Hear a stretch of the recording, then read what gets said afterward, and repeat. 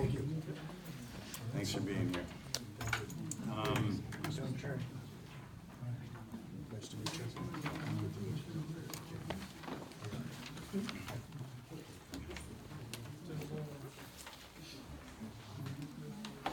You know, before we get going, this was scheduled for executive session, and Peter's asked if it be public, and so we said yes. But, you know, I want to set a goal for tonight to be positive.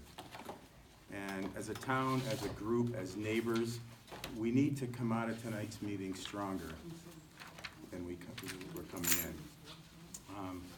So I want to take a couple of minutes just to talk about a few things and just, you know, rest and breathe and relax. Thinking back when running for the select board, I had all these things on my mind, and I said to Mary Cordy, not Mary that's here, but her sister-in-law, you know, I just want the, hi Mary, sure. I said, I just want people, you know, to get along in the town. And she looked at me and smiled, and almost with a, you know, like a pipe dream or Pollyanna look. And but I think it can happen. If you think about it, most people get along well anyways. And I don't want something that's divisive or going to take us in opposite directions. So as a community, I think we are one. When we come home, I want to feel peace, feel safe, and not angst.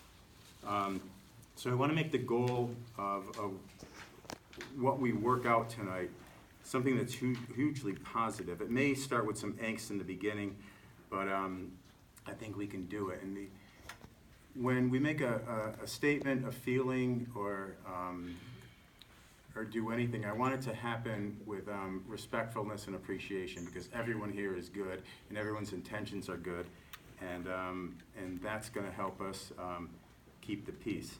Historically in this town, people are really intertwined with the fabric of the town. There's no separation. The roads, the streets, even the neighbors' yards are all the same. It's ours, it's one, there's no separation.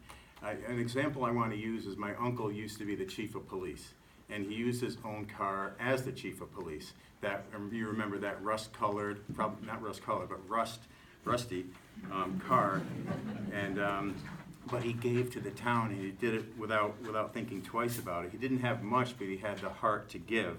So, you know, I think the concept of he gave to the town, not because the town gave to him, but he gave to the town because the town is part of him, and it's part of all of us. And I just want to, you know, go down this road just for a second. My grandfather donated the land that the fire department is on to the town, you know, because it's all one. It doesn't matter. It's all what's better for the town, what's better for us. It's all one. I think we've been given a gift of living here, and it's been said tonight, but it's not intellectual, it's a feeling. When we were growing up, we walked through neighbors' yards, you know, and like it was nothing, walked up Deuce's Hill and slid down, and you knew there was someone out there watching you.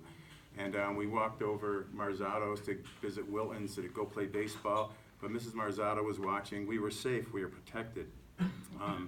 So I think we're all interwoven, and I bring these examples up because the people in this room are all the same. We're all connected, and there's no separation, and I want to respect that. And we're here to talk about Peter.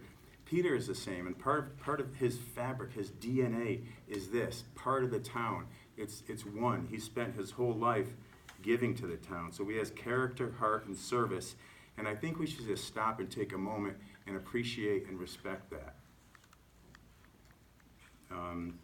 So appreciate and respect that.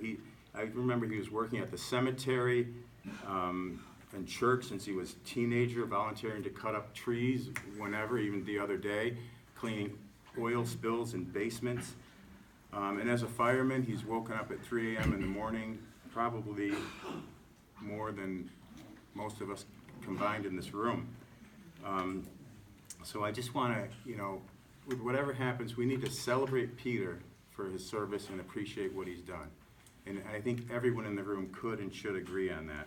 We're a small town, we all should get along and support one another. I'm just requesting that we set a goal that we come out of this more positive and stronger than we started. So the example that we need to set as a town is one of togetherness rather than division. So events like this can put people on opposite sides, and I prefer not to do that. So I think we're all part of the same, and we want to uplift one another. So as that said, the statements that Eric has written exist, and we have to address each one of them, and hopefully we'll come out of that as a stronger town. And as the chairman, the meeting is going to run like this. Eric will discuss the statements as written, and then shorten them whenever necessary. But we're going to act in a respectful, professional manner, and hopefully as friends. So Eric will read, Peter will respond, the board will respond, and we're going to have no comments from anyone until after all the statements have been read. Is that clear? Okay. And so after that, though, sincerely, I welcome anyone to speak and everyone to speak and hear what you have to say. And also, you know, I talk about kindness and positivity and getting along. You know, if you feel anger, it's okay to express yourself, you know, let it go. And but we're all part of the same and all shooting for the same goal, which is a great town. So I appreciate everyone being here. And with that, I think we, are you ready to? It'd be more effective as a conversation, as a Q&A, no? So that, Sure. Well, and can we invite you up to the table, Chief? is there a chair? Steal that. Thanks, Maria.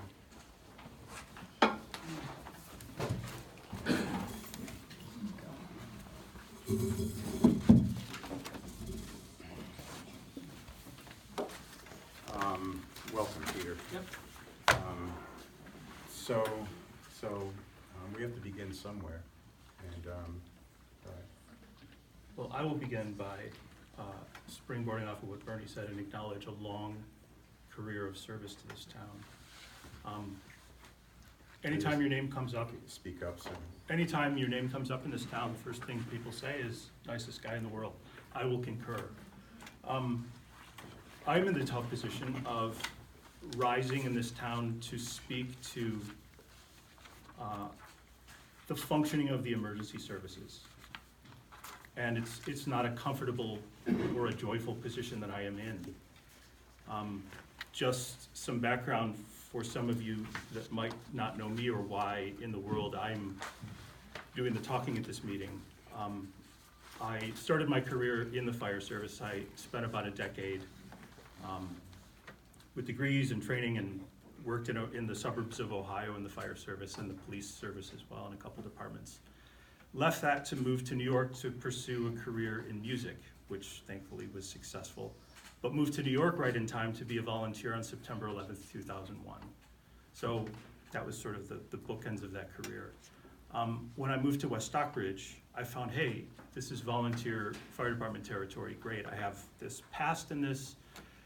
And the first thing that I came across in researching the department was a couple reports that were commissioned in 2016 by a former board here. And knocked the wind out of me a little bit, because there was an assessment, there were recommendations. I was like, do I want to jump into this? But then having read quite reasonable and quite productive recommendations to the department, I thought, I have written policy, I have shaped a young department in Ohio, perhaps I could be of help. So I jumped in. And I am not a member of the department anymore, reasons for which might come out in our dialogue today, but I come away with the message that we need to do better for our department, which is exactly what this assessment said in 2016. And I'm not gonna predate this assessment, so I'd like to start there. And I'll kind of go into this written statement with some organized thoughts so that I don't get off track. In 2016, the West Stockbridge Board of Selectmen faced a host of alarming ethics, oversight, and organizational problems within the West Stockbridge Fire Department under Chief Peter Scorpitt. In an effort to investigate these problems and identify solutions, the town commissioned the consultancy Municipal Resources Incorporated to complete a study which manifested in 2 reports: a fire services management letter dated 25 October 2016 and another October 2016 administrative review. Chief, could I ask you first, like, what's your assessment of those reports? Well, that gentleman came in to the firehouse, he talked to me about a half hour, walked around, said everything is fine. The only thing he looked at was, the repair records of the engine. That was it. Never asked me for SOPs, never asked me if I electronically record everything, which I do. We do have SOPs, we've had them since 2010, probably even before that. I think Larry started them when he was chief. All of a sudden he comes up with all this stuff. Now, he recommended some stuff, and we initiated them. That's all I can say. Everything he recommended, we initiated. Okay.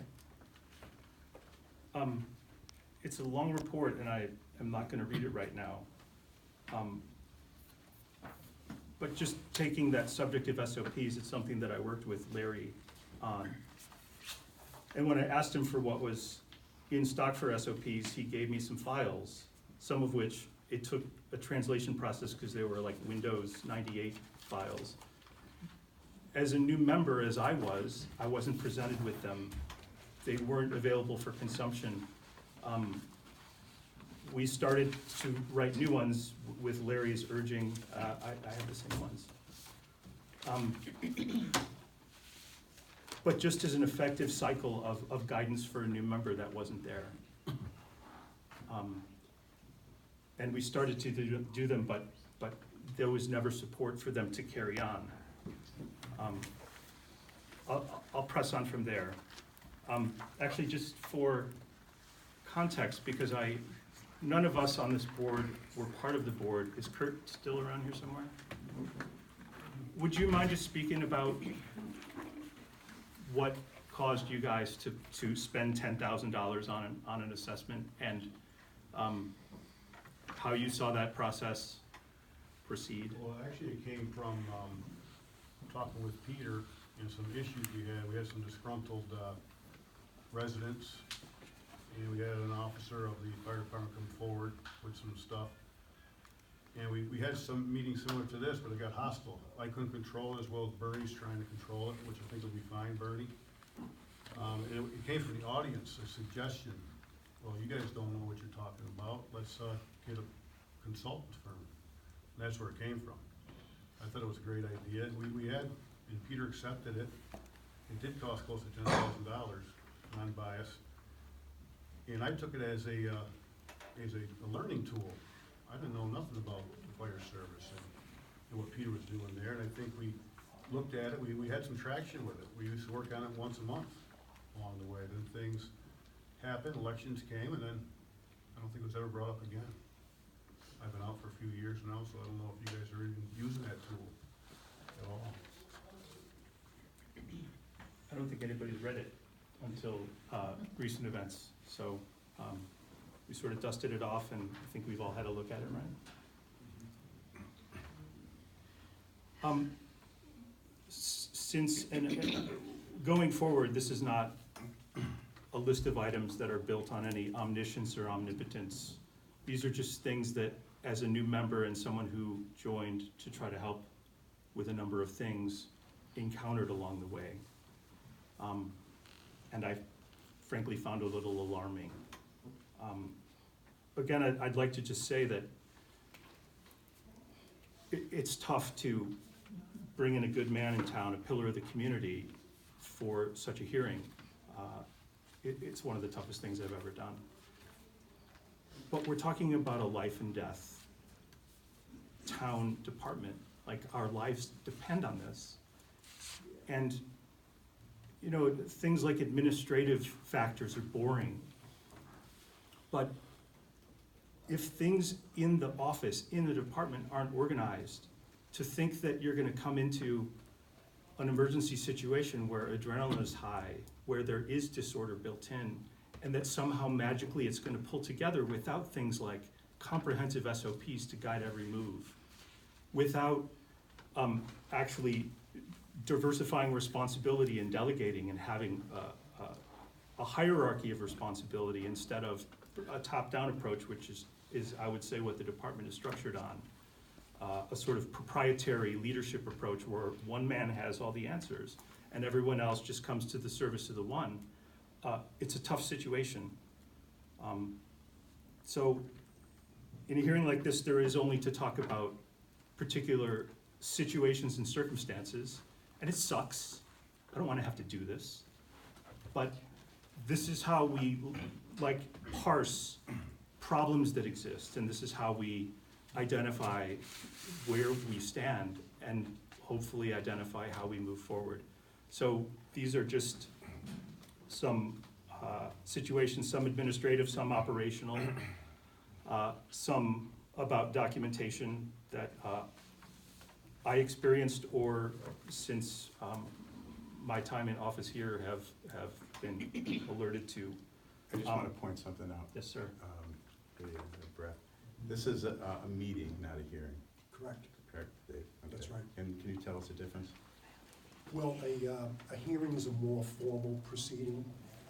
Hearings require that due process be applied, which would require the town to give the chief specific charges to act on. Mhm. So, and the law requires that kind of due process be part of a hearing process. Mhm. This is something less formal.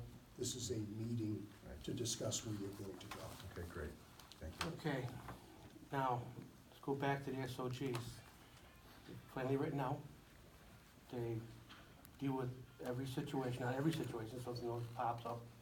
Okay, so, don't make it look like we're a bunch of haphazard clowns that show up and don't know what we're doing. That's what you're saying. Okay, and I take that as an insult. These people are well-trained and dedicated, okay? You can put all the icing on it you want. These SOGs, yeah, you and Larry went through them, because they are periodically updated. They basically tell you what to do in certain situations. Officer responsibility on the fire ground, chain of command, PPE, imaging cameras, okay? Don't make it sound like they don't know what they're doing. They know what they're doing. We take classes, we train together, and we deal with this stuff, okay? Don't make it look like I'm just sitting there letting them do what they wanna do. That's basically what you're saying, okay? And I take that as an insult, okay? You were there, you saw us train, okay? You knew we had SOGs, okay? So don't say we didn't, or they don't cover everything. You can't cover every situation, it's fluid, okay? The officer in command has to make decisions and control the situation, okay? So, you can, like I said, you put all the icing you want on these. You sit here all night, you can talk about it, but I like to get right down to the brass tacks, not talk about 20 minutes on one thing, okay? So, these charges, I don't know anything about them. You've sprung this on me. I have no time to prepare. I've got a few things here that I thought was gonna come up.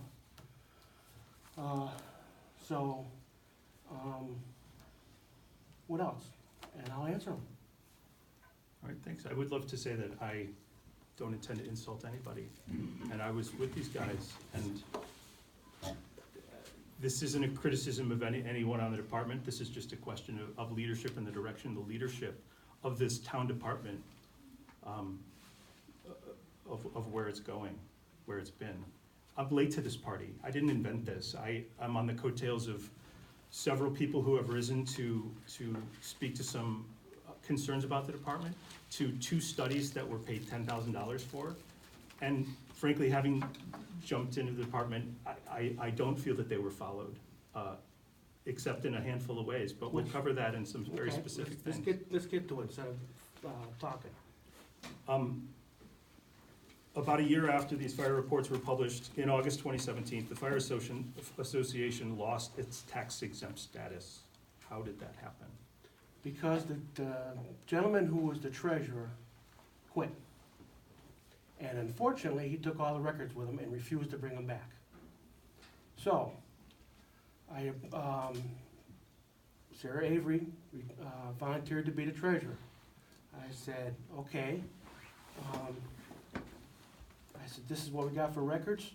She emailed the person in question. He said, excuse me, he said, no, I'm not gonna give them back. So then we found out that we lost our tax number. That's when I asked you if you could do it for us, and you did. Okay? And make it sound like we did this on purpose, or it was our fault. Okay? That's basically it for that. And besides that, that is the association. It has nothing to do with the town. It's a completely separate organization. Nothing to do with the town. Okay, so, the next question sort of goes in a little to what happened after, the loss, and the loss of records is regrettable. The letter that explained that the IRS has rescinded the tax exempt status was August 2017. I sort of gleaned from Sarah Avery almost a year later, June of 2018, that this had happened. And was collaborating with her, how can I help get this back? Like, what's being done? What did you do?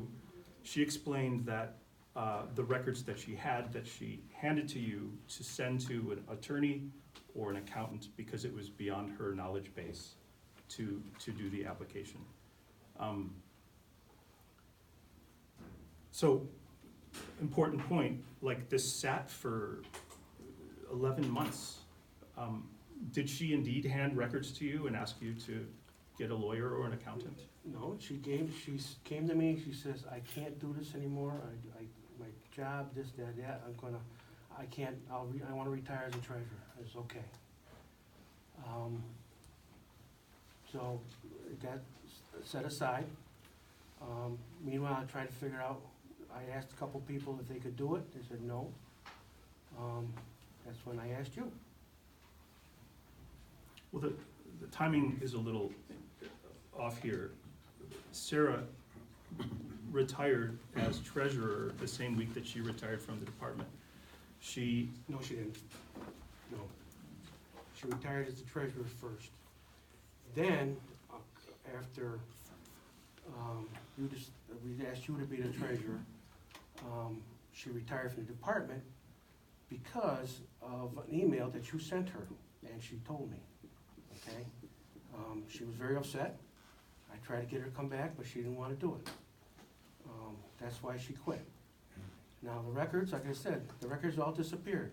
Then, what records we had in the back room in the file cabinet, they also disappeared. The cabinet got broke into and somebody stole them all, along with all the minutes from the meetings.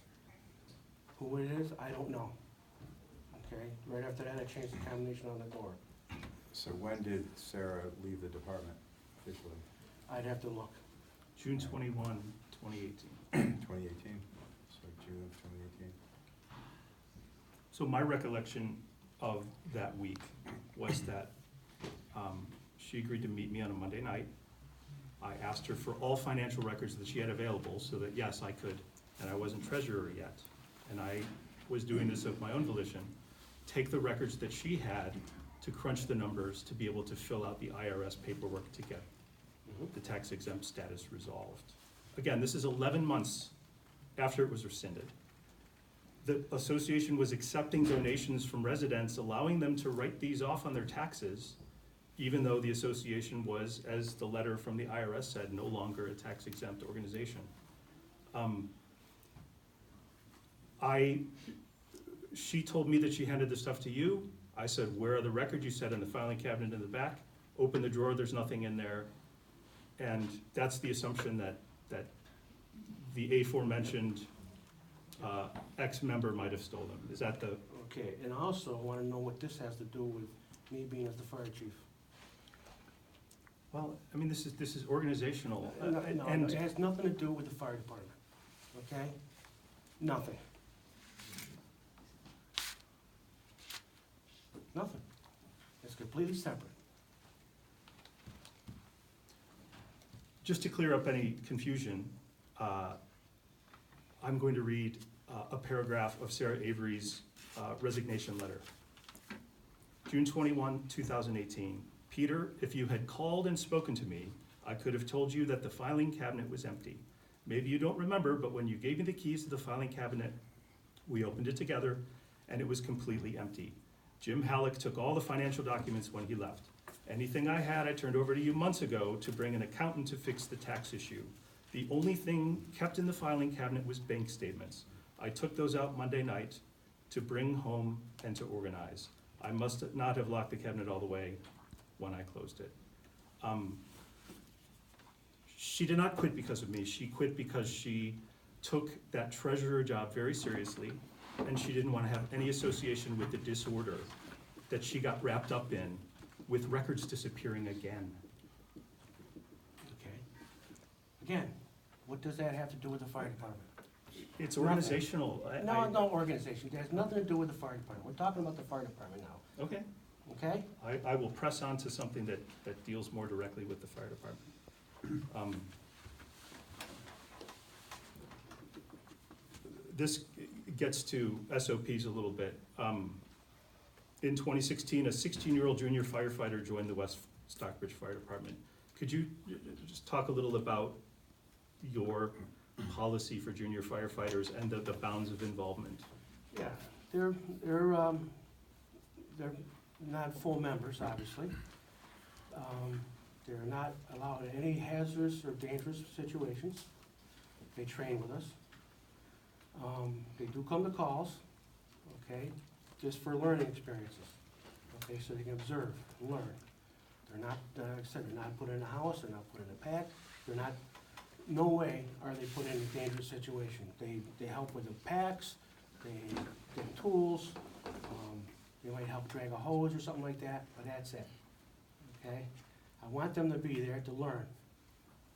Just stokes up their enthusiasm to belong to the fire department, not just stand there and watch. They participate. And that is in the SOGs. Could I see that one?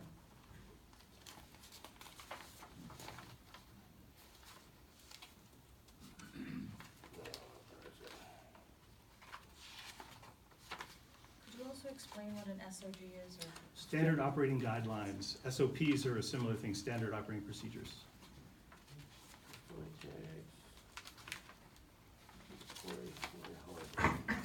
Been here, I know it is. I added it after I got, I had 3 junior members join at the same time. So it must not be in this copy, but I got it at the firehouse.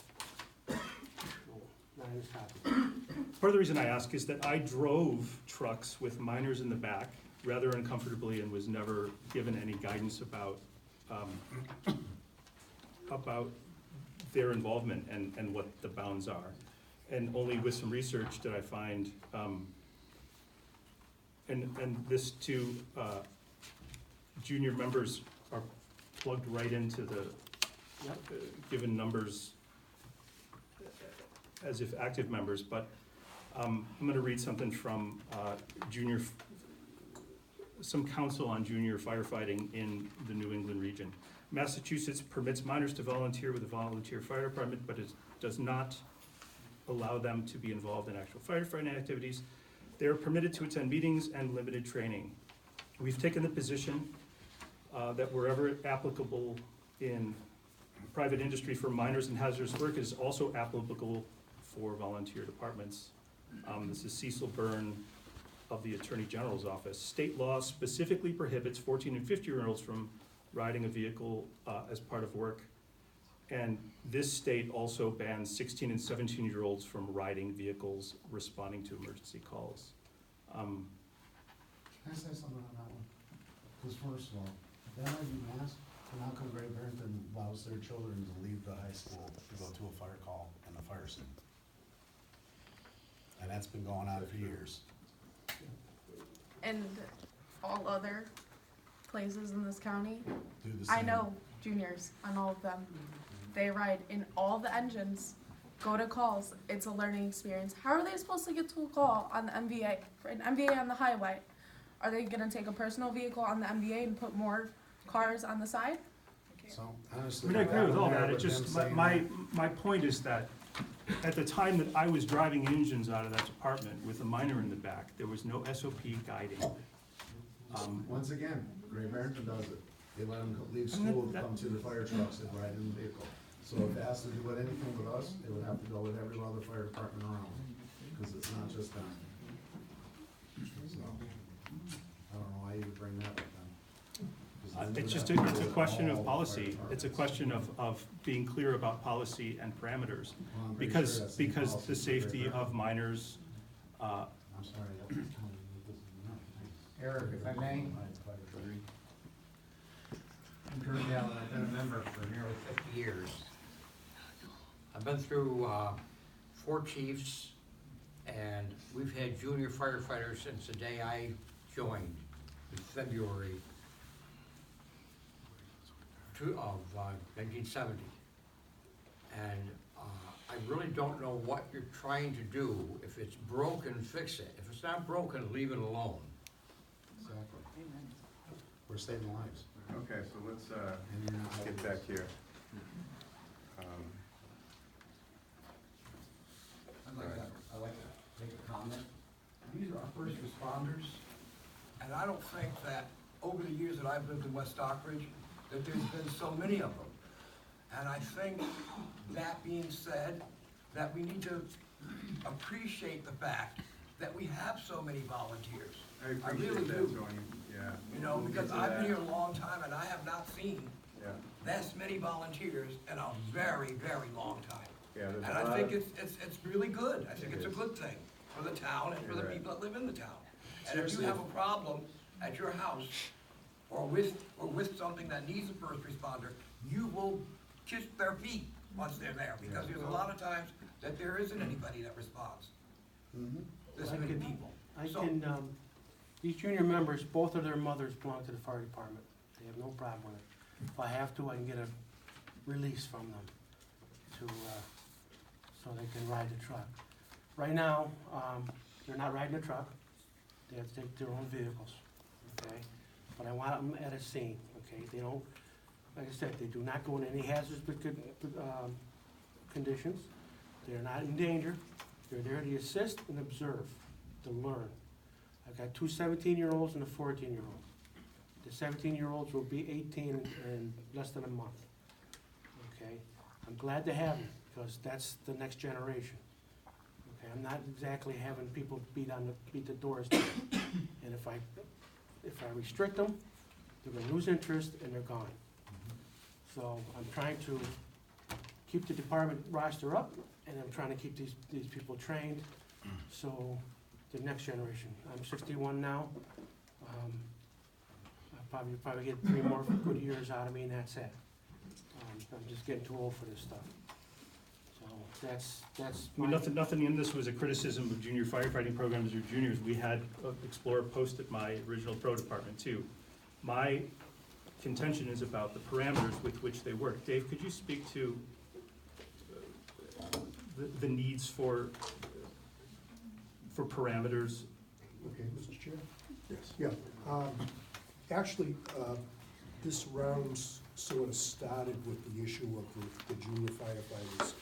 Remember, I was out here last in this beautiful place 3 years ago and attended a meeting that, I mean, it's identical. The issues were identical, the people were identical. It was the same conversation you had 3 years ago. So Mark Weber called me and told me that that there might be information that minors were driving on fire vehicles responding to fires. I was surprised. In my opinion, Mass state law prohibits 14, 15, 16-year-old people from riding on apparatus. I'm not town council in Great Barrington, I don't know what their issue is. And obviously, the concern is that if a minor is injured, what happens? What statute are they covered by? What benefits would they be receiving if they were injured. And I recommended to Mark at the time that, at least until the board had had a time to consider this, that we talk to the chief and ask him not to have minors on apparatus responding to fires and emergencies. Is that the way Now, this piece? Okay. Right, and you're not a civil service town, but in Massachusetts, in a civil service community, you can't even take the exam to be a firefighter until you're 19. So there's an issue there. Yeah, well, I initiated the policy that can't ride in a truck. And I think that's smart. Okay. And you should also know, Chief, that my dad was a firefighter in Cambridge, Massachusetts, for 33 years. So I don't know what it's like to be a firefighter, but I know what it's like to be in a firefighting family. So everything I'm saying also comes from the heart and a desire to try to help this community. Mhm. Okay. Well, like I said, the letter I got, from the selectmen says they don't want them at, let me see here, at any kind of, no one under age 18 shall ride an emergency vehicle, okay, respond to a call. Minors are fully restricted from operating on or near any active scene. See, that's cuts into it right there.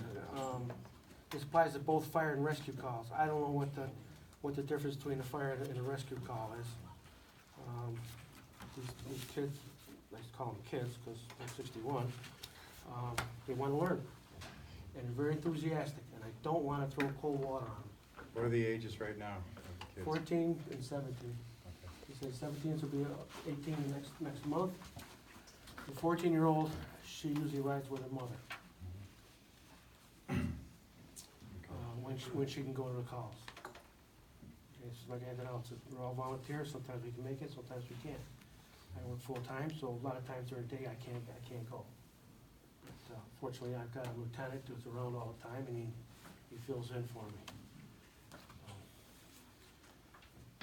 Well, having junior firefighters is important, and leading a good example for them is important.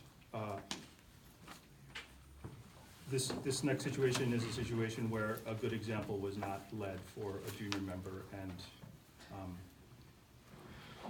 put the town at a big liability risk. In August 2018, myself and a fellow EMT responded directly to an EMS call for an unconscious elderly person. A senior member of the department responded to the scene driving in Rescue 3, the department's truck that carries the EMS gear. He entered a quiet scene in a delicate situation with a loud, disruptive voice and with his cell phone ringing. A relative of the patient asked him to please step out of her house, and he yelled in response, "You know what, lady, you're awfully rude. Don't ever call us again."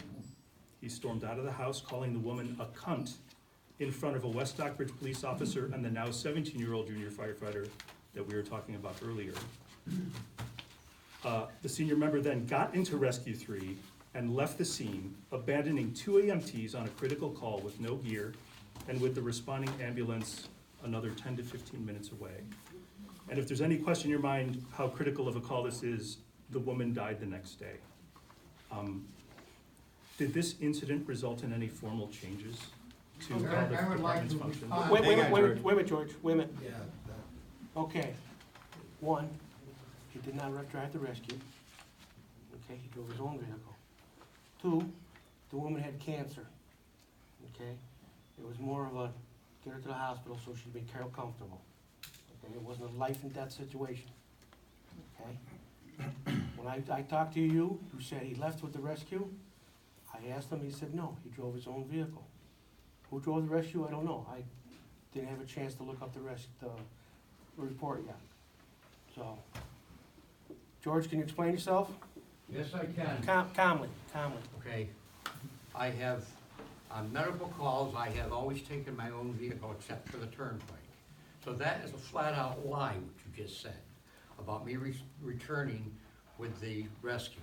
As a matter of fact, I got into my car and I drove over and the chief was parked, the police chief was parked at the end of the driveway, and I chatted with him until the ambulance left. For saying the nasty thing that you said, that I said, I don't believe I said that. If I did, I hope she forgives me. But I don't remember saying that. I was kind of upset for the fact that we walked in with a police officer, if you remember, and we said, police EMS. And you said, we don't need you. And I turned around and walked out. Yes, I may have said, what did you call us for?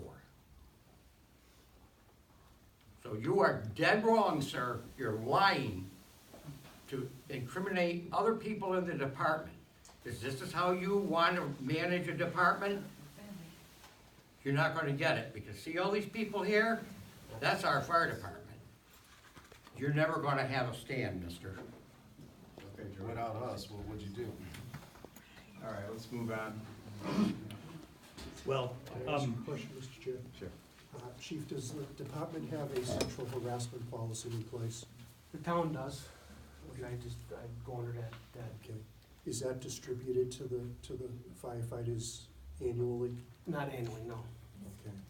Do we keep a record who's seen it? no. Okay. So, But, I, let me add this too. Yeah. About a week later, actually 2 weeks later, I ran into the woman in question. I asked her, I said, I understand there was a problem at your mother's house. She said, no, everything's fine, everything's good. And that was the end of the conversation. sure. My recommendation to the board's gonna be that the town sexual harassment policy be delivered to each of the volunteers, and that they acknowledge receipt Okay. of the policy, which is sure the way the police department Not a problem, distributes policies. not a problem. Sure. Okay. What I'll do is I'll put them in with recruitment, I'm sure these guys will be happy to Yeah. get them. no, I'll get them, but I'll hand them out to the remaining people, so, Right. okay, no problem, we can do that. well, just to close this off, I asked permission from that resident to include this in the report, and in tears, she said absolutely, because she's not okay with it. She lost her mother, and residents don't need to face this as they're losing loved ones. When did you talk to her? Last week. Really? She told me no problem. And she was smiling when she told me, because I know her personally, and I know her mother personally. I know you do. So I was going to, when I was investigating this, that's what I was gonna do something about it, but she said, no problem. Don't worry about it, forget it, whatever. And that was the end of the conversation. But duly noted, we'll issue a copy of the harassment policy to all the members, and we'll explain it to them so they understand. And no more misunderstandings. The next thing sort of is along the ethics line. Misuse of fire department resources for a political campaign.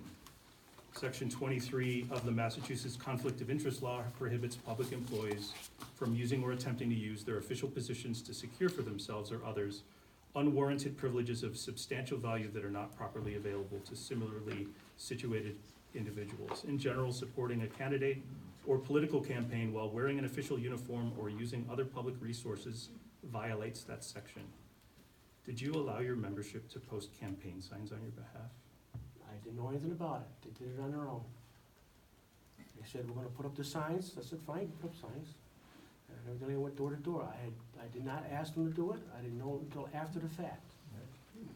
And you don't think that a membership commandeering your trucks and your gear to do something like this is They not? did not use the trucks, they did not have uniforms on, they might have had a t-shirt on, they did not have their uniform on, and they did not use fire trucks. I don't know where you got that. I heard from several people that they were driving around the neighborhoods and Your own car. Because. That's funny, because they used our cars. Turn up gear I and- use my No. own personal truck. No, I So used don't the even go signs, there. I used my truck, I had the signs in the back of my truck. I had members that David used were, his car. I had members that were taking the signs out of my truck after going to personally ask everybody, can we put a sign in your yard? Several residents came to me and reported a discomfort at being approached by firefighters and not wanting to say no to their fire service for. They could have. Many Okay, people, hang on, guys. many people Okay, thought there was, quiet, many people thought there was a chief election. It isn't straight shooting. I don't want to be a sore winner, but Yeah, jump in a moment. Council, question for you. What's the level of appropriateness for, you hear that a certain union or department endorses a certain candidate. Is that? Well, it's appropriate for any labor union to Okay. endorse a candidate. Mhm. The only information I had on this was that the department's, looks like the Facebook page Mhm. was used in connection with this. Mhm. On April 24th, urging people to get out, et cetera. Mhm. And as you all know from, probably overrides and other types of campaigns, government resources can't be used for a private political event. So I had some issue with the use of the department Facebook page for political reasons. I don't have any information on the trucks and the signs. Okay. And so that's an official department Facebook page, or is it Well, again, something? I only as have, official as it gets. Yeah. it's, which exhibit was that again? At the top of the page, it says West Stockbridge Fire Department. So it must be the department's Facebook page. Yeah, You know, give out- we use it for upcoming events, Sure, stuff like sure, that, yeah. which is all appropriate. Yeah, And maybe members in the future would just be told not to use the official yeah. Facebook page for What we could political. probably do is if we make a separate one with the association, Well, that would be up to you, right? You know. well, I'm saying, is that Yeah. appropriate? I can't give you advice. Okay. The only advice I could give you is that the official fire department Facebook page should only be used for department business. Okay. Okay. And that too, one thing, I hate computers, I use them very rarely. So, this is done with good intentions, nothing trying to sneak anything by anybody or trying to intimidate anybody. And I don't know who told you that they were doing this, but obviously they Well, exaggerated. it's all public, so obviously nobody's trying to hide it. And No. I think it's just a matter of Okay. education. Okay, yeah, we can do that. On Memorial Day, the Richmond chief approached me with some concerns he had about a call that he was called in for mutual aid. On the 14th of May this year, there was a call for a carbon monoxide alarm at 14 Albany Road.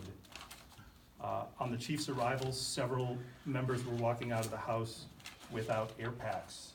It was reported that the level in the house was 800 parts per million, and generally 35 parts per million is the accepted threshold for breathing apparatus.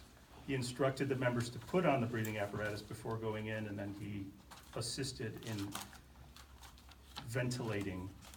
Chief, you weren't on that call, but it just, again, speaks to not following an SOP and perhaps another gap in training that really puts people at risk.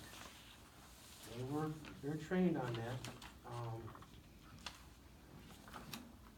Unfortunately, the officer in charge did not follow the procedure right. So, I do have something to add to that because I was on that call, thank you. Would it be okay if I actually mention anything? Sure, go ahead. Okay.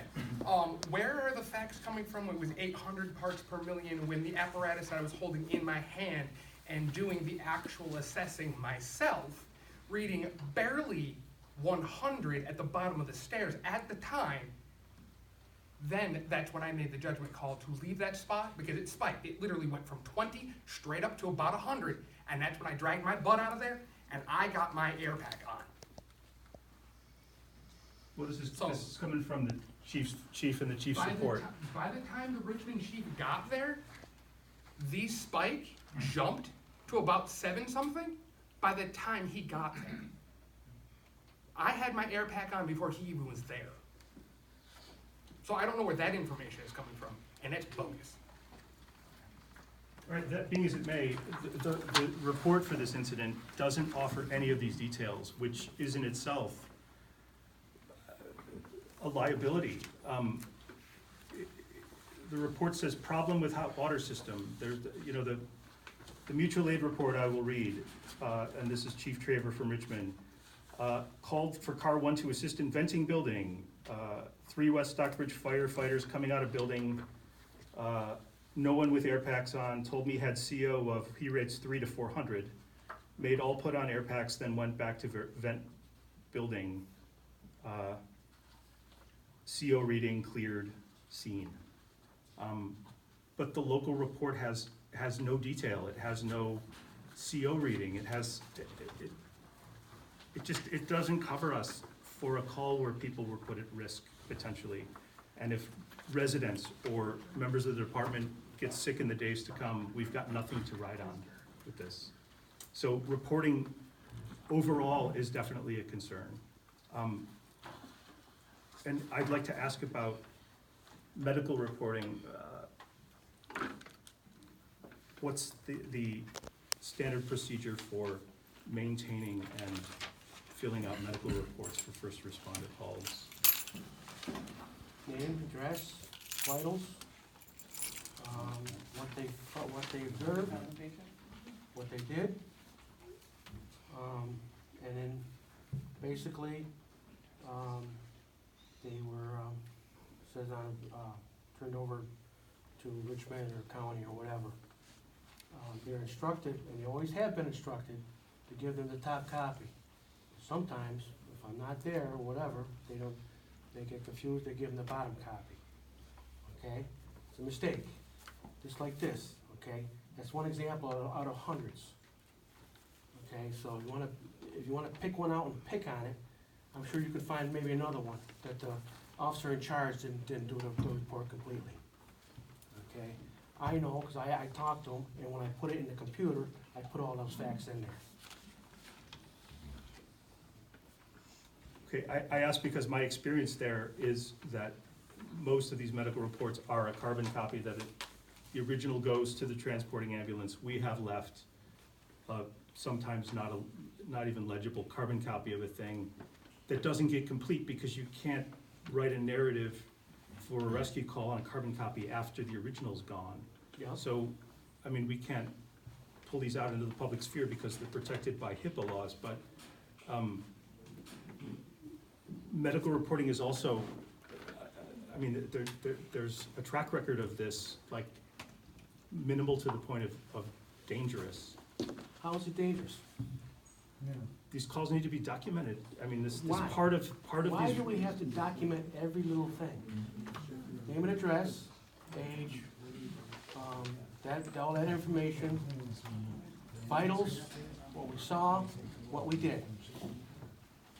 Because So there's a $1 trillion Then- industry of liability lawsuits in. We can't, no, we're first responders, we're not gonna get sued, or the town's not gonna get sued. We just took a class on that, okay?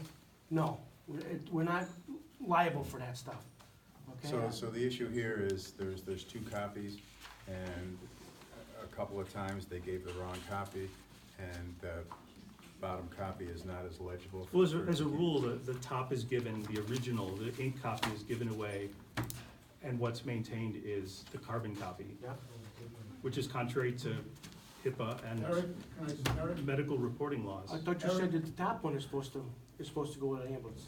Yes, sir. How does this jeopardize the insurance?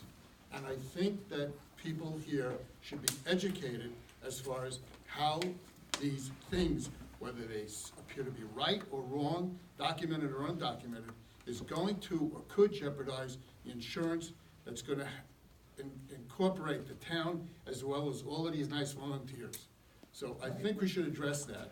Because I think we're missing that. Because the insurance companies are gonna come in and they're gonna scrutinize these reports. And if they find any problem, your arm could be falling on the floor and you're not gonna be covered.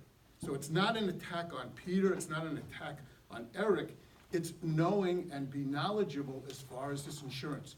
We just ran through this at this historical society. We had an insurance policy, boom, and Peter can attest to that. We had an oil leak in the bottom of the basement, a $55,000 thing that we had to pay for. It was nobody's fault other than the original installation. Nobody in the insurance company came in to check us. It was documented, et cetera, et cetera. So it's not an attack on Eric, and it's not an attack on Peter. This stuff has got to be done right. And in order for you to do it right, you're protecting yourselves. You're protecting yourselves. Nobody, just think about it. You're all volunteers. You don't need this crap. You're all volunteers.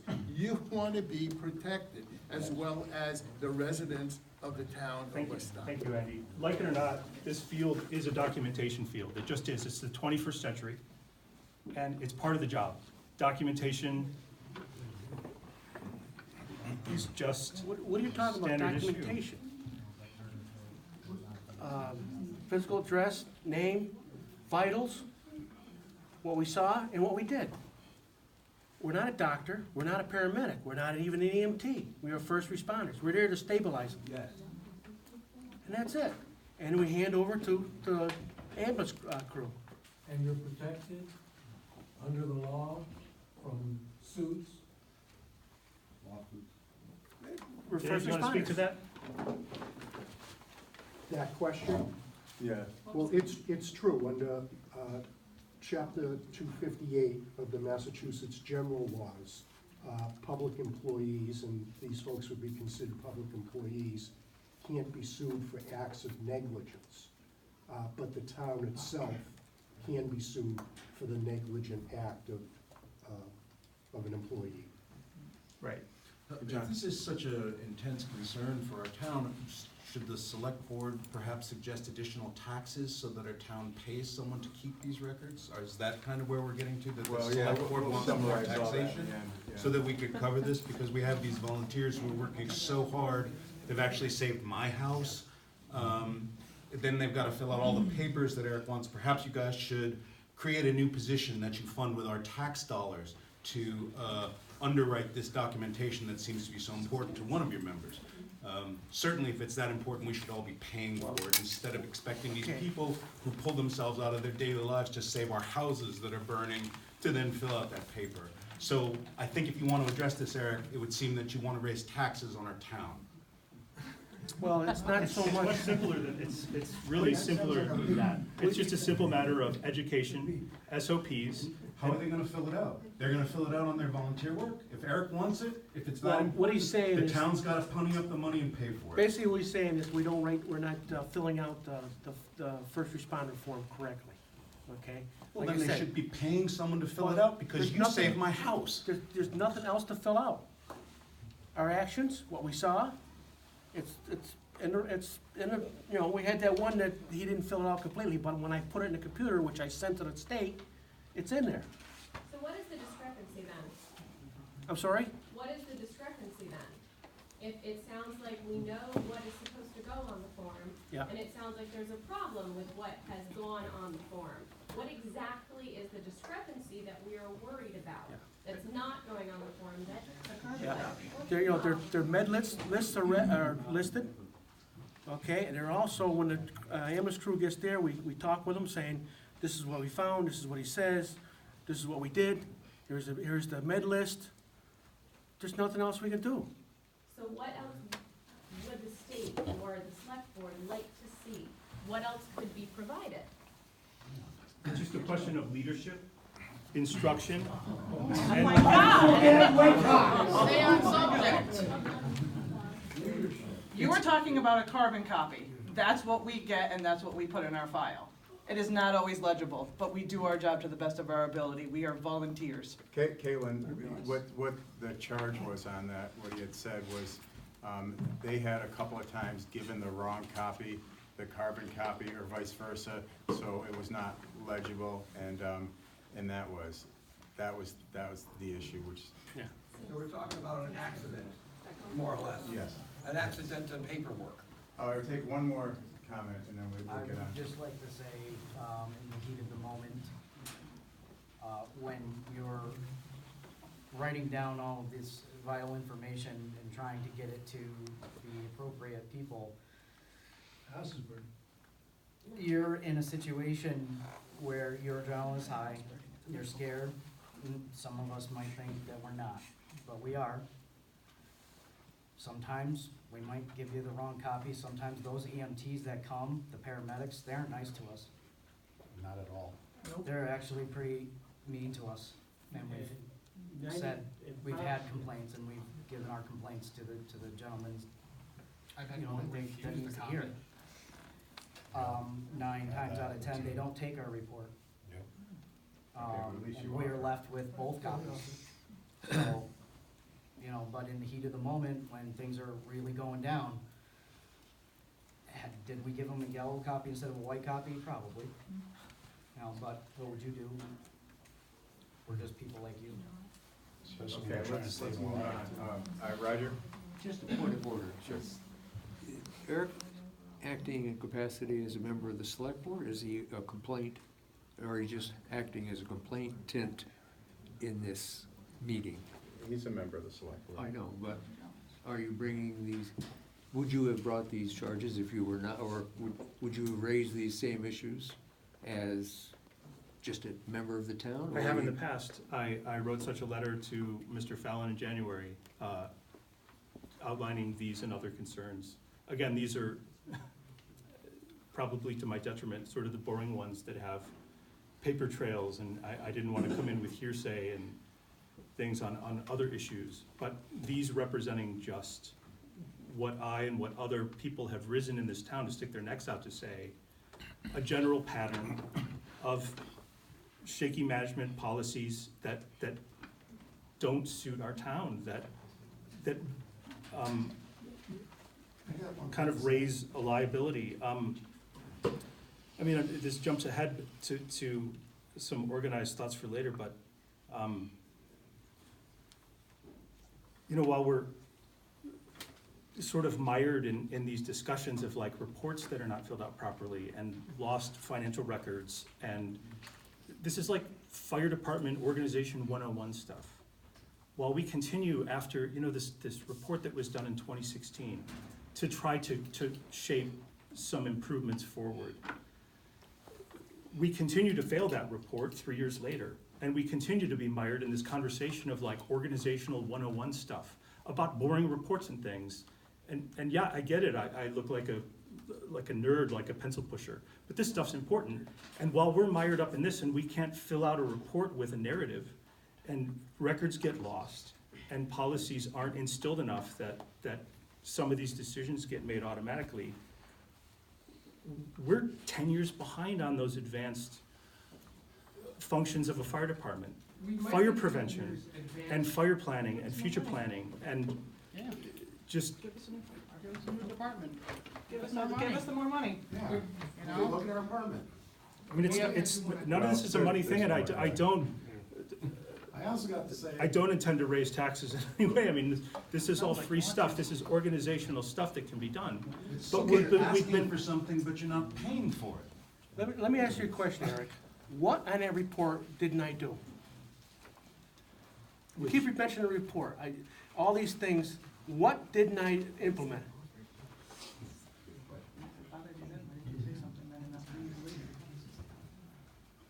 Could I ask a question, Mr. Chairman? Yes. Just while you're here, Chief. Does the department have a training officer? Yes, Has the training officer attended the National Fire Academy? he's attended Massachusetts Fire Academy. Okay, but not the management of training program course at the National Fire Academy? No, because, like I said, these people Okay, are all. I'm just, Yeah. you know, I'm here for a couple hours, you know, I don't mean to, No, I'm just gonna try to explain. right, You know, it's, this guy who wrote this was a retired chief from Northampton, a paid chief, okay? He's used to having guys be able to go to classes during the day, you know, or take a week off. So these guys, they gotta work, they no, got jobs. no, I understand, I'm It's not, hard this for is them to do not, it. I'm not criticizing. No, I'm just in trying to explain. I'm any not- way, I'm shape, not- or form. yeah. Are firefighters trained to the basic level of ICS 100-700, Yes, all of them? yes. Yeah. Are officers trained to the 300 level? No. Okay. I've been looking for classes. I believe Larry's got it, the assistant chief, he's got 300. Are you trained to the 400 level? The 400, yes, You are, yeah. okay. So you're in compliance with the recommendations Yeah, except the for 300. the But officers? I've been actively looking for a 300 class, but Okay. unfortunately, they're all out east. And they're a 2 or 3 day class. Takes 3 hours to get there. Yeah, well, it's just that, yeah. How do you know that? You've been there. So that's why, but I've been, I'm on the MEMA, list. Every time they have a class, they email me. It's either in the middle of the week, in Wareham or someplace like that. And I just can't do it.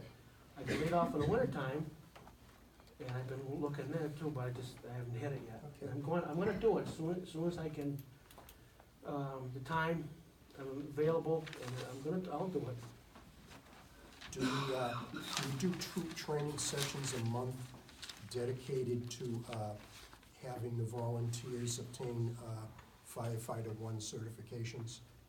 There are, every month, we have three weeks of training, Okay. okay? Taught by my lieutenant there, who is the academy, and he's a firefighter 1 certified.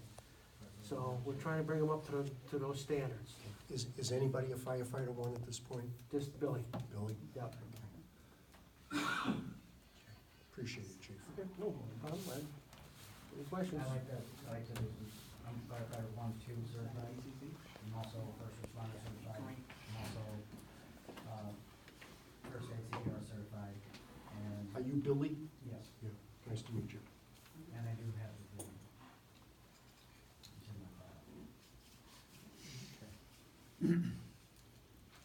file. Question about water supplies. It's been an ongoing conversation back to 2016.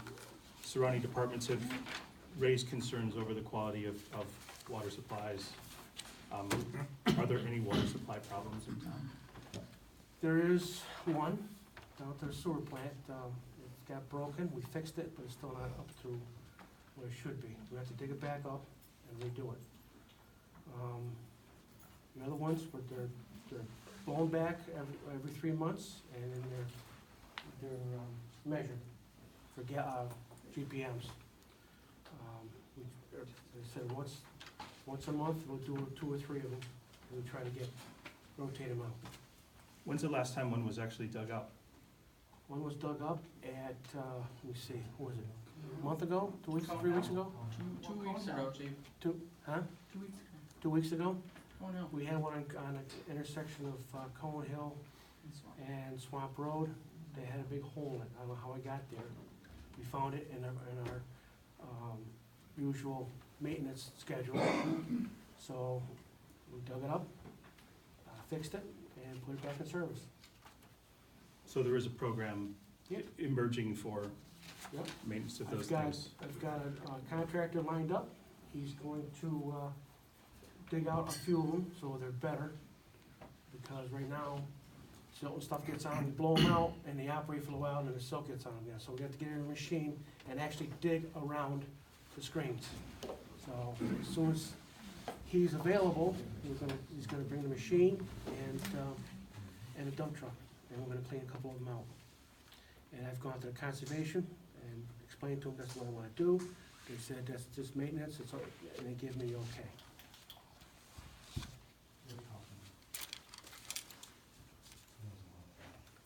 Well, again, I'd like to say, I would really love to get this department past being mired in, like I said, fire organization 101, stumbling blocks. There's been a tradition of like oversight being a very tough thing with you because you don't seem to like it. Would you say that's a fair statement? No. I always take suggestions. I have no problem anybody to come to the firehouse, and I'll give them the tour, they can look at what they want. The only thing they can't look at is the I'm sorry, run sheets. by oversight, I mean like the board they suggest something, I do it. I mean, it's too early to make decisions and statements like this, but I think that the theme that we've had here is organizational. Yeah. So, you know, ultimately we'll come up with something like that, you know, and talk about that as a plan to move forward. Earl, do you have something? Yeah, just a couple things. I sat at that table for 9 years, and I sat through 3 meetings like this, Mr. Jenkins was present as well, a couple of them. And I'm standing here listening to the responses from the chief, and they're echoing just what we heard 2 and more years ago. Peter was requested to get training. Back then, he said the same thing. It's tough to do, I'll get to it when I can. 2 years later, we have the same response. He was asked about hydrants. Oh yeah, they all work, but, well, maybe one doesn't. And then he produced a list saying, well, actually, there's 3 that don't, 2 that kind of do, and the rest are okay. We asked for records at that point, and you bring up records. I don't think anything has changed in the record keeping since then, even though we tried to work with him on that point, because in that report and common knowledge was that the record keeping was not very good. He says tonight that all the hydrants work. I'd like to see a report of the ones that do, because I find that not to be the fact. There's at least 3 that I know of that don't work adequately. Which ones are those? And, you know, this response is the same thing, and Kirk can vouch for this, he sat next to me. And these responses are the same thing we've heard 2 years ago, and it really doesn't appear to me, or what's been brought up tonight, that any progress has been made as far as administrative supervision of the department. And that is, you know, pretty clear that that's one of the duties of the chief. Record keeping, training his personnel, dealing with situations like you've brought up about minors. And again, record keeping, oh, they disappeared, they were stolen. I find that kind of hard to believe. And this is the second time he mentioned that. So that's my comment, that's all. Which hydrants do you think don't work? You show me a report of all of them that do work, and then we can discuss it. Which 3 hydrants do you say don't work? The one down on 41, Which one? the one down at. It works, but it's always been a low flow because of Has it the been lift. repaired in the last 10 years? No. Can't do Yes. anything with it, Earl. It's a lift. You know that. You have to do some repair to it. We did. Mowing the road. We repaired it, we moved the strainer on it, but it didn't make any difference. There's been no activity as far as repairing. This is a long time ago, Earl, okay, we repaired it. That's what I'm talking about. Well, what do you want, we fixed it, and we tested it, and we couldn't get anything else out of it. It's a high lift. It's an important place to have a water supply. What do you want me to do, Why put a don't you pump in take there? some action to get a different source? What other ones you talking about? That's not my job, it's your job. No, what other 2 hydrants are you talking about? Yeah, really. I'm challenging, I'm just making. Then tell us what they are, because we just tested them all. We can't fix them if you don't. Guys, which ones? It's a meeting. I would like to make a statement, okay? This whole, whatever you wanna call it, came about a few years ago when there were some personal feelings that were upset. And this is what keeps going on and going on. Now we're nitpicking. All right, None of George, us are we perfect. understand. Let's move on. Yeah, it's a Hang meeting, on. guys. Okay. And like I Just said, keep- oh, go ahead. I'll just say this quick. Just keep in mind that this was intended to be executive session, so I appreciate your input because it's good. We just want to get through what we need to here, and go ahead, Ed. Like I said earlier, I'm late to this party, and I'm continuing a conversation that started with you all. I moved to this town recently. I don't have any personal history with any of you. I don't have any, these long, drawn-out feuds that get blamed for a lot of this conversation. I came to this town clean, joined a department clean with some experience, and I'm coming out with some concerns to add to the conversation. Your safety, all of our safety, is wound up in this conversation. And I do it with concern and I do it with great sobriety. And it's not easy to do. I mean, I realize that trying to put some of these things into to words in a conversation and questioning it, it seems ridiculous. But it is still nonetheless very important.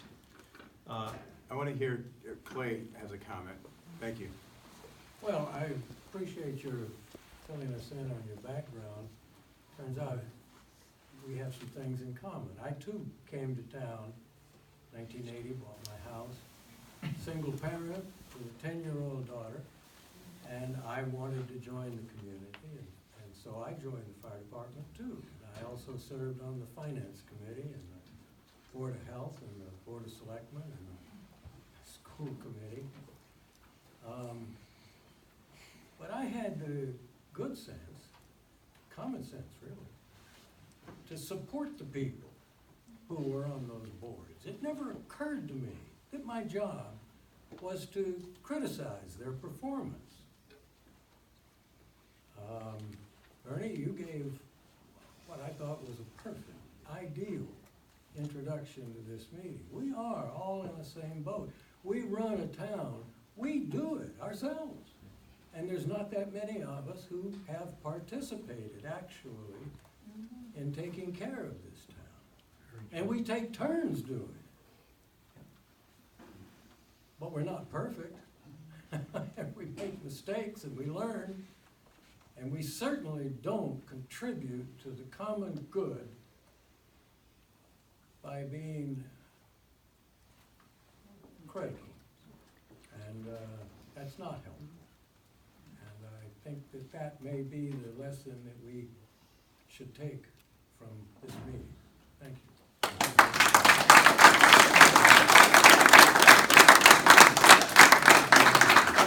It was beautifully said, and I'd just like to point out that I did join and I did serve and I was involved. And it is important to the context of this conversation to tell you all that I sat across from Chief Scorpitt as a member, as in service to him, twice or three times, begging to be given the authority to see some of these things through, to dig out this report, to write SOPs.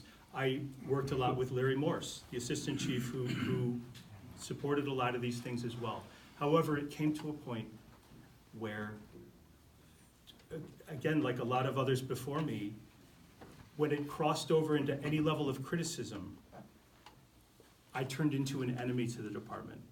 And none of these people here have any regard for me because of that, because I dared from the inside to try to push it forward.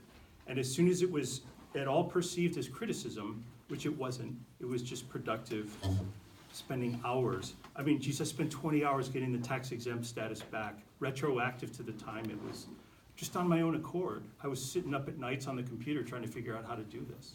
So I was there, and I begged to do it under his supervision, and that was refused. I was stonewalled, and I got, again, when I was perceived as a threat to this thing because I, could see the distance between the reports and where we were and was in a position to help, I was shut out. And it was a pretty tough position to be in. A member of the department perceived my criticisms of the administration and got everybody else to... Why were those offers of help refused? What's that? Why were those offers of help refused? I asked him, I said, can you get this tax exempt number? And he said, sure, I'll do it. Well, the tax exempt number was the beginning. I think we were still in good terms then. And But 99% of the time, when you came to me and said, geez, we ought to do this, we did it, okay? Make it sound like I blew you off every time you asked something. And you know why you quit, okay? And you know what the situation was. I'm not gonna drag that mud out here. You just did, Okay. Peter. So this is all because your ego was hurt because you didn't get to do what you wanted your way. That's what it boils down to, okay? You can talk, I wish it were as you can simple as talk in that. circles all you want. You can talk in circles all you want. Just now, you said something about, well, I wanted to do the tax number, but he wouldn't let me do it. Horse crap. I told you to do it. I asked you to do it. I put you in charge of the EMTs and the medical equipment. Didn't I? Yeah, I did. You said, geez, we need some military-style tourniquets. I said, that sounds like a good idea, I'll order them. Everything 99% of the time. There was some things that I think I didn't do because of cost or whatever, okay? I'm the chief, I make the final decision, okay? This isn't a democracy, we take a vote, okay? 35 years I've been doing this, 35 years. I've dedicated half my adult life, more than half my adult life to this. So, there you go.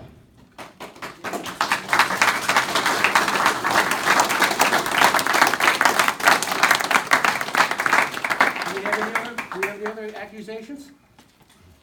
This weren't accusations, it was a discussion of There were accusations. You accused George of something he didn't do. You're accusing me of just letting the department run wild and do what they want, basically. You're saying that we don't have a training program, which is not true. I got all the records. Anybody who wants to come to the firehouse, I will show them the records. I will show them the equipment. I will show them, the other Monday night, they were doing EMS stuff, how to do, just refresh themselves, how to put collars on, how to do this, how to do that, how to strap people to a board, how to put KEDs on, all that stuff. Let's So- take a step back, and Peter's run a, hang on 1 second, John, I see you. Can I see? Yes, you can, hang on, John. Hold on. Peter's he's been frugal in the department. He's the chief, and he has a way, and it sounds like he accepted some of the recommendations from Eric, and then, certain things may not have fit in with, his years of experience. I think about a guy like Yogi Berra, who, had so much baseball knowledge, he could, manage anything, and Peter's kind of the same, is that, it may not appear, especially with things we have to work on as far as organizational, but that he had it under control, but he did. So, accepting recommendations, and then when something may conflict with how frugal he was in the department, or the amount of calls the department had, maybe he went the other way. John? Yeah, I'm not even sure how to say this, but I feel like we've been here, and I have great respect for Peter as a person, as a member of the community, as the chief, and people who volunteer as first responders here and all over the country. I work closely with those kind of people.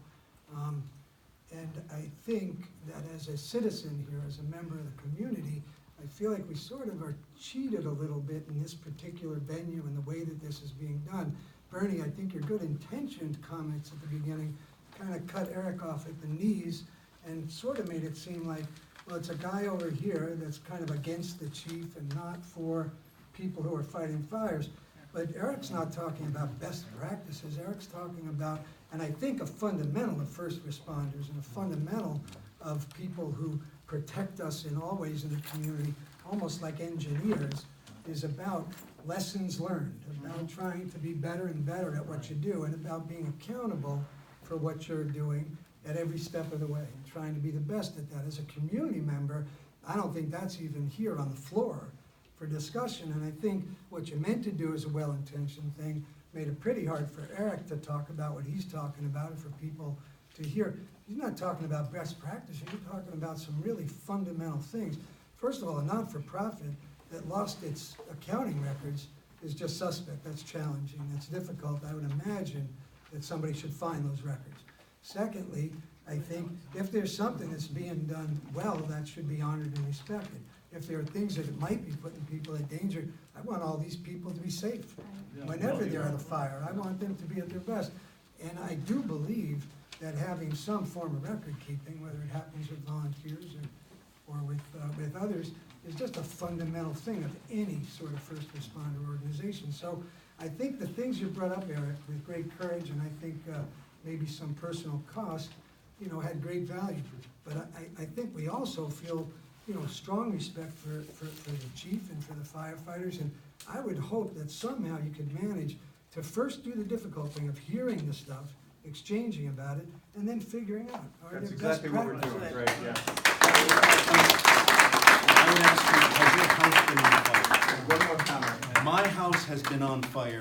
These people saved my house. Yes. This group of firefighters, to a person, Yes. disagrees with Eric Shemalonis and is backing I think Peter it's Scorpion. great That is enough for me to get behind him in this. Well, let's just continue on here. Hang on. We're trying to do our job. Everybody's against us.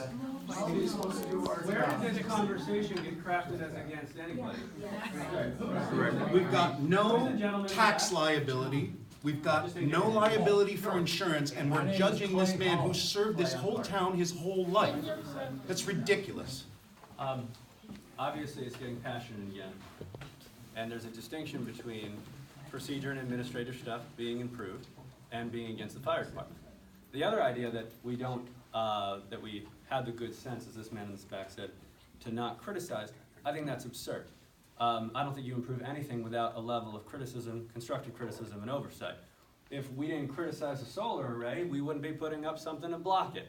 If we didn't criticize the speed limit, we wouldn't slow it down. If people didn't come in here and talk about how there might not be vigorous enough signage or postage around signs, people would just be speeding.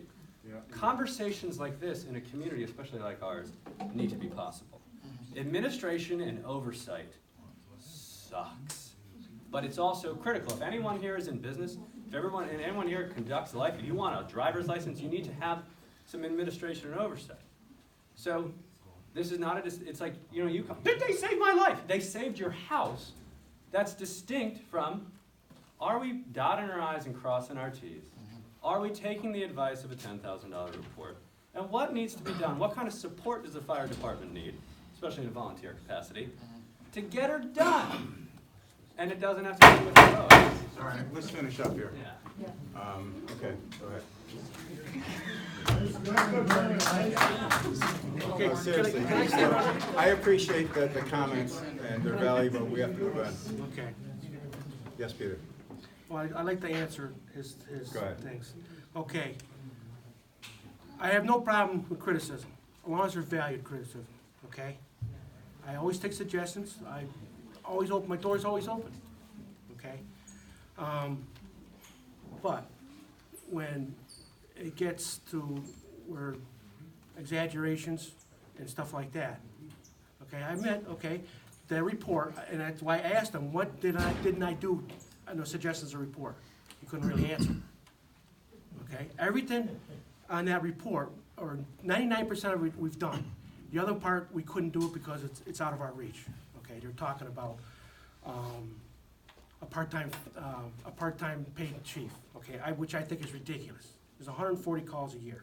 That's stupid, okay? That's something should be on the back of the taxpayers, okay? I always try to run the department a clean, efficient department. I don't spend money on every little swing wang and shiny thing, okay? Because in my case, we don't need it. And if I do need it, there's one in the next town over. It talks about having a tanker. Where am I gonna put the tanker, on the roof? I have no place. We had a tanker at one time, but it sat outside and it deteriorated from sitting outside. So I got rid of it. I gave it back to the state. I have no problem with somebody coming up and say, hey, Pete, geez, what about this? What about that? Okay. I have no problem with that. But when I'm bushwhacked, without any prior knowledge of what's going on, what am I gonna do? I grabbed a bunch of stuff and I brought it with me, thinking, hoping this is what's gonna be. That's all. You come to me and say, hey, how about, what's the flow in the hydrant across from the tavern? I look it up, I can tell you. Right now, we're in the process of re-upping those hydrants because they're 4.5-inch couplings or hookups, and the new trucks are 6-inch. So I bought all new heads, and we're replacing them one at a time, cleaning them up, replacing the heads, painting them up, stuff like that. So I do it on Saturdays when I get time. Okay? I have no problem. You come to the firehouse, walk around, ask questions, say, geez, why you do it this way? What do you suggest? Maybe come up with an idea. The view from the outside the box is completely different from the inside the box. That's the way I always look at it. No problem.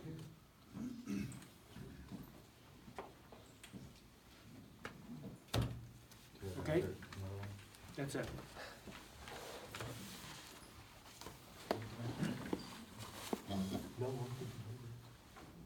I think, everybody, this was a, Can I ask you a question or no? Will that be up to the chair? Yes, Um, go ahead. I just lost it. I got so excited I lost it. That's all I right. do that to people. I'll give him an email. Okay, sure, Good? sure. Chief, we're here to help. Yeah, I know. I want to do things the right way. Yeah. This is about fixing things, not fighting. We just wanna know that we're all gonna be taken care of if an emergency arises. Exactly. That's all we wanna know. We keep the equipment ready to go all the time. We do the train, we train all the time. I've got 18 people on the roster that are trained and dedicated. Obviously, they're not all here tonight because they got family things, they gotta work, stuff like that. It's volunteer, you know. I don't know, sometimes the siren goes off, I'll have 10 people. Sometimes the siren goes off, it's me and 3 other people.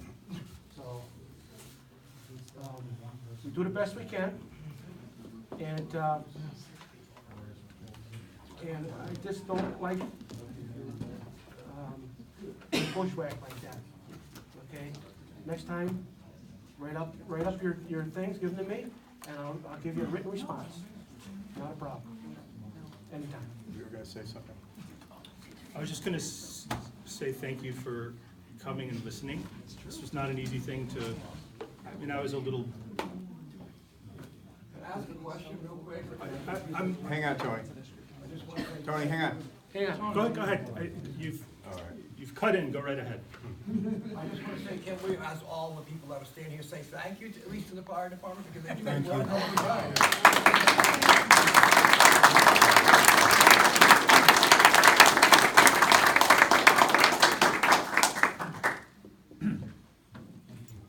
My desire for improvement is sincere. I'm not against anybody. I was one of you guys, and circumstances became what they were. But I hope we can all together work to improve this, because it needs it. You're here. And work with us and I not against support us. and I'm all for, but let's not lose sight of the fact here, like, these are a handful of things that I had access to. The system needs improvement and we need to do this together. Give us more money. Hang on a second. Hold Hang on, on. hold on. Hang on. Eric just said something, and it was profound, but really simple. He said, we need to do this together. Not profound, but it was just, we did it. And I wanted to, you know, you have to let out your emotions, and I wanted to walk out of here, you know, getting along in some way. And there's some things that I've written down that we really need to address. And thankfully, you know, we have Eric, who has some background in this, and I think, you know, he and we can support this to be the best fire department it can be. And, you know, that would be the hope, but I think there's a lot of work to get there.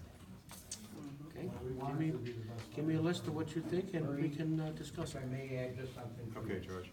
Most of you know, the siren doesn't sound now when we get a call. Right. And we had it shut down because the neighborhood thought it was too noisy. But anyhow, we're notified either by our cell phones or our pagers. And there's too many times that people don't even hear Peter. If they had a police scanner, fire scanner, they could hear him going out every single call. I don't care if we've left the station at 1 in the morning, he'll get a call at 2, I'll hear him on. A lot of times, I'll call him or text him on my radio and ask him if he needs help.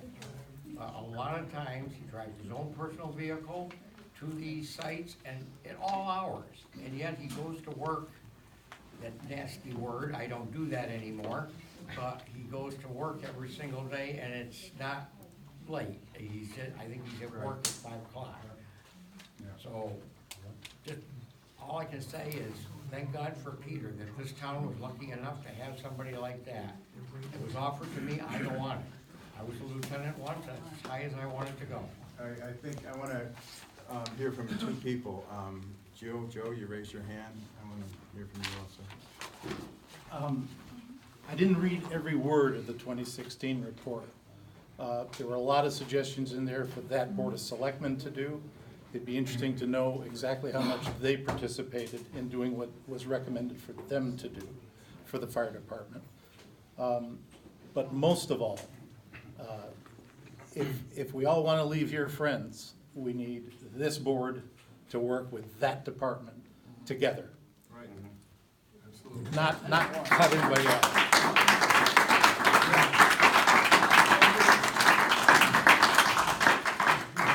But, you know, there are some steps we have to take, and we have to do it systematically and with good order and with measurable deadlines to get things done. And because the 2016 report, we do have to go through to make sure that everything is met, and then we have to go through everything else that was talked about here and talk about support for organization if it's possible and welcome. I think that would be a wonderful thing for that department.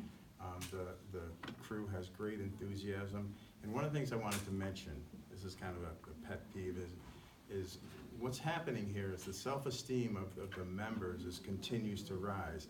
And when we see teenagers who, Chris, it was your brother, and I forgot his name. David. Yeah, he went over and he was polishing the truck. He said, "This is the best thing I've ever done." And not that, but just being on the department. And so when you're taking, you know, with all the influences that a teenager can have, when you're putting them in a place where they can enrich themselves, it's, you know, it's what I like to see. So, and I just wanted to ask Doan if you have comments at this point. I'm honored to be on the select board, and it's a pleasure with my wife Karen Carmine being on the vision committee, and I look forward to helping everybody. I'm an anthropologist, so I enjoy hearing all these, and I've heard some beautiful statements this evening, and I honor you all. It was in many ways wonderful, and I think the beginning of the future conversations among us all. And thank you for coming and helping us out.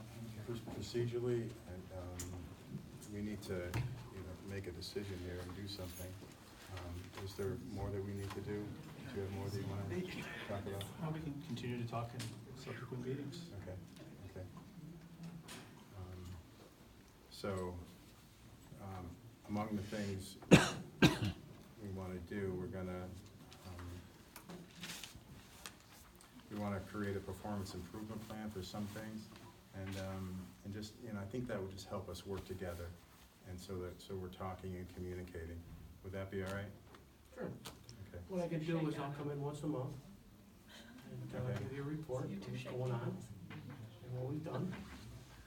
Okay. What's going on. You know, it'll be easier that way. I used to do it, but I dropped it because I was on the select board.